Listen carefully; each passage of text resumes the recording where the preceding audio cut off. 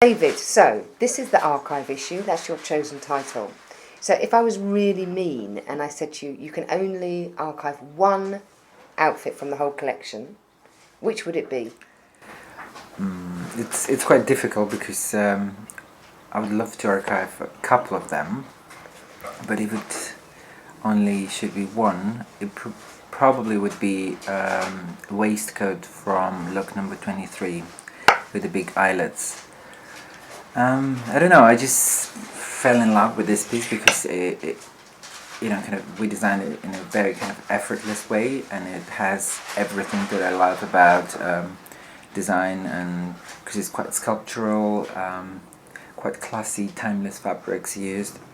It looks a bit retro, but at the same time quite futuristic, and I don't think it has a kind of seasonal frame or kind of time limits. It could be modern and useful forever, and I could be inspired by it for other seasons. So probably I would keep this one. So you'd say in a way that you could go and use it as a point of reference tomorrow for the next collection, or in 10 years' time for a collection. And also I like this waistcoat because the color inside could be changed, so it's kind of very playful and kind of interactive waistcoat. And I suppose you could take a design like that waistcoat and you could turn it into a coat or a dress. Or It's just an idea. I mean, that this idea goes through the whole collection, but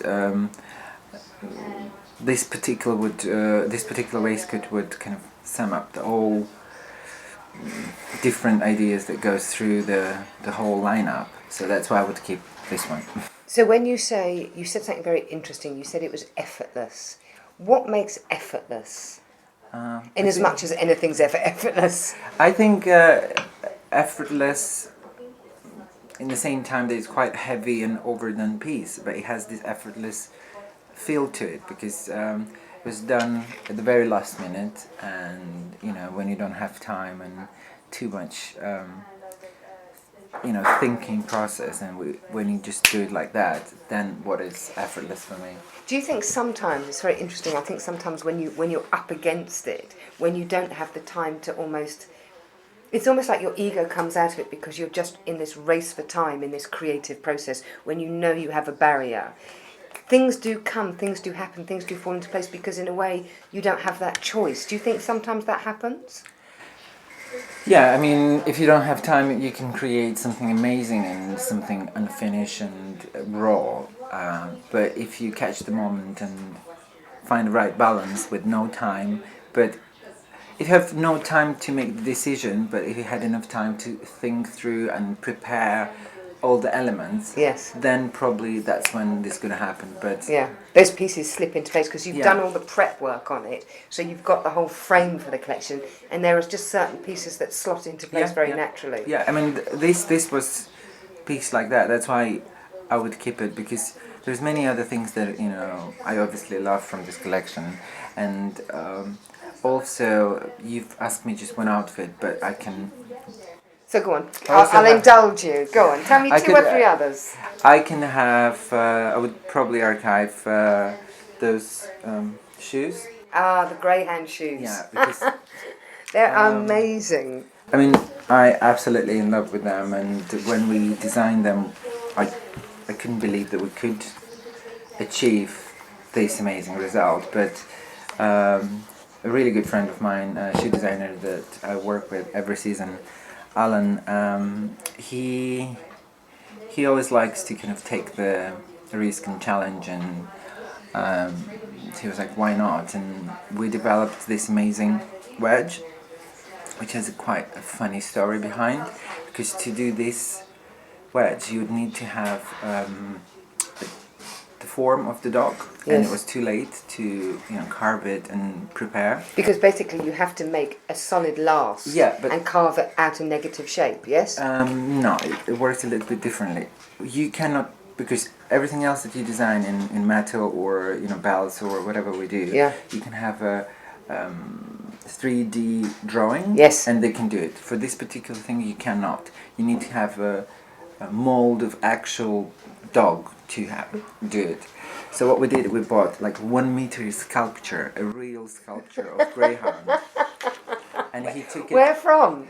It was a vintage one, and he bought it from, I don't know from where he got it, but he was looking for it quite a long time, and he went to this heel factory with this huge sculpture, asking them, "Can you make a heel out of it?" So, Can you take this and make this into a heel for a shoe? They didn't think he was mad.